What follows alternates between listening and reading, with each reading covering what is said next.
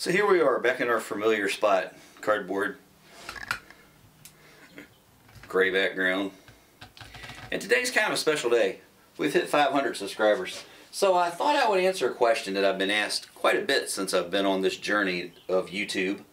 And that is, what do I film with? Well, some people would say I'm a little gear centric, and the batteries did on this, but this is what I started out with.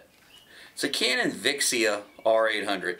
And the main thing I liked about it was it had the screen and I could flip it. Because in the beginning I had thought about doing some blog style videos or vlog style videos, and I wanted to be able to see myself on the camera. Well, then I decided to do the format that y'all have seen me doing for the last 2 years plus. So I started out filming with that little guy and an Insignia shotgun mic, which is currently on top of the camera here. So I'll include a couple of pictures of that. Well, the next thing I did, now what was nice about this is it can run for about an hour and a half on one battery. You just got to keep changing the card out. So with a big enough card, you can film for a long time. Well, then I learned that for the type of stuff I'm doing, it's better to film in small spurts. So I decided to up my audio, and I went to the Rode Video Mic.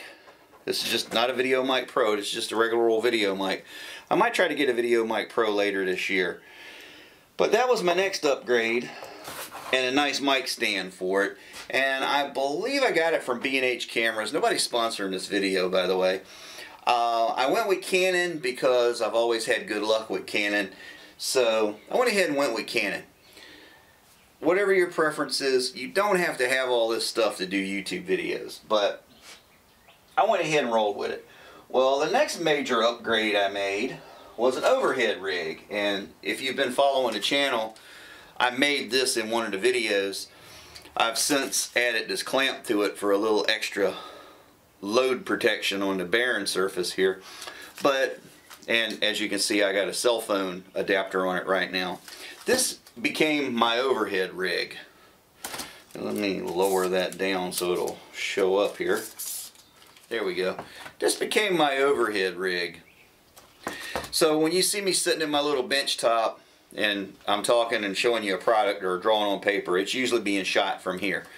Now what was neat about this, and I'm going to go ahead and flatten this out here. If I take this bolt out and turn it around, I can mount the Vixia in here, flip the screen around, and I can see what I'm doing. Step up here a little bit so I can see what I'm doing. And then later I decided to go ahead and mount one of these springy top cell phone holders to it, and I can mount my cell phone in there and use it for an overhead camera. And I do that sometimes now. It saves me some time, but makes it so I can do a little less thinking about setting up the equipment and focus a little more on the topic and what it is I want to talk about. But I use this all the time. And again, if you saw the video, that's about maybe $6 worth of stuff and about 45 minutes worth of work, if that, counting painting it. Once I did that, I decided that I wanted to step up my game, and I was going to start shooting the track videos. So I went to the T6i Canon. I bought the T6i for the same reason. It was big enough to do what I wanted it to do. It had the flip out screen. They've since come out with the T7i, so this one's a little outdated, I guess you could say. But I'm happy with it. I like it. It's done me well. And primarily, I shoot off the two kit lenses. The 18 to 55 millimeter is when you see the close-ups, burnouts, most of the time when I'm building an engine, that kind of thing. Unless I say I'm shooting from the GoPro or the phone, I'm usually shooting from this camera and this lens. Now when I'm at the track, I break out the 55 to 250 because that'll let me go down track, and then I can zoom in, zoom out, follow the action, spin. This lens, in my opinion, on my camera reacts better to being turned like I do with it on sport mode it reacts better to being turned and following the cars than the little lens does. Now the next thing I did, because I realized I was taking more and more still shots, I brought me a couple of prime lenses. I bought the quintessential Nifty 50 Canon 50mm fixed lens. So some of those still shots you see, like if I'm out in the pits and it's a still shot, a lot of times it's from that camera. And then I bought this little 24mm, I forget what the focal is on this thing, 0.16 meters or 0.52 feet, little macro lens. This takes really nice product photos. Like when I take shots of carburetors, valve covers, distributors, various things that's in the thumbnails, various still shots that pop up in the videos. A lot of times they're taken with these if there was thought given to them. Now if I shot them on the fly, they were probably taken with this, zoomed to where I felt they looked the best.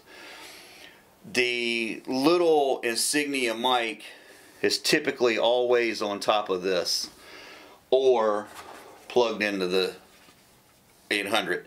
Now the 800 did real well with the Rode video mic attached to it. And I should probably start telling you all what I'm filming off of from time to time. So this was where we were at for probably the first 100 videos or so. And then when we started doing the in-car shots, I got a GoPro 6, and then I decided the following year to upgrade to the GoPro 7. And I may have just said that backwards. Yeah, that's the 7, that's the 6. I like my 6. I'm okay with the 7. The waterproofing of the speaker on this one took some getting used to with the sound. It makes me have to go back and edit my sound a little bit. Whereas with this, I don't have to do that. It's got good volume, good tone, good depth. Filters out the background noise fairly well on its own. So, another thing I did after I started using the cell phone was I got another one of those cell phone rigs so that I can mount my cell phone on top of a big black web tripod, which is what I'm shooting on over here right now. I got a couple of these, and I'll be honest, I just ran down to Walmart and picked them up. They were, I guess, 30-40 bucks. It's been so long ago I can't remember now. But I've got very good service out of them. The one we're on over here, I actually pulled one of the little footy pads off of it, but it's held up well. And the only thing I got that's really fancy, and I wouldn't even call that fancy, is I bought some filters. Some of these act like magnifiers and will let your lenses do more close-up work. But the main thing I use out of it, and I don't think, actually it's not out of this kit, it's out of my other kit, is on, while I'm filming on it, I have a filter on this lens. Now, this is another one of these 18 by 55s. I actually have two T6Is in case you haven't figured that out already, and I'm filming on number 2 right now. This is number 1. This is my primary. This is my backup up here. But I only have one of the Insignia mics, and that's something I need to fix on my short list. That's my whole film kit right there. Oh, and my cell phone. Almost forgot. And the cell phone. So, I've actually been using this quite a bit for the overhead and some of the smaller shots. I actually filmed, I'm trying to think, it might have been that 65 Mustang video that I did, I think was totally filmed from the cell phone. But I've had good luck doing it that way. I've done a little editing with iMovie, I've done a little editing with Video Shop. As far as my big stuff, my well curated how-to videos, that sort of things like the FE series, 90% of that, 95% of that was shot on the T6, some on the GoPro, a little bit on the phone, and it was edited in Pinnacle Studio. And for those that have seen the computer video, I'm still using that HP Omen gaming computer for an editing computer. So, not a car video today, but I just wanted to say thanks to everybody for 500 subscribers, and again, I appreciate you taking your most valuable asset, your time, to watch my videos. And to answer the question of what do I film with, there it is. And I've kind of retired the Vixia. I need to charge it up. I just went to turn it on and I noticed the battery's dead, but I haven't used it in about 8 or 9 months. It's just been sitting there on my desk, so I need to charge this up. Maybe we'll shoot a little video with it just to see if I can do some better things with it now that I got a little more camera experience than I had when I started. I use suction cups to mount the GoPros in the car. I need to get some roll bar mounts. I hadn't done that yet. And the only other thing I didn't mention is this brick. This brick is what I use to hold the overhead rig down while I'm shooting. So, I know, something very, very different today. It's even got a brick in it. So, as always, practice your skills, learn a new one. Either way, turn them into craftsmanship, and I've tried my best to do that with all this camera gear and make these videos for everybody, and I'm glad you enjoy them, and I hope you continue to watch them, and I do enjoy making them. So, until next time, this has been Fab Race Mod Repeat. Have a great day.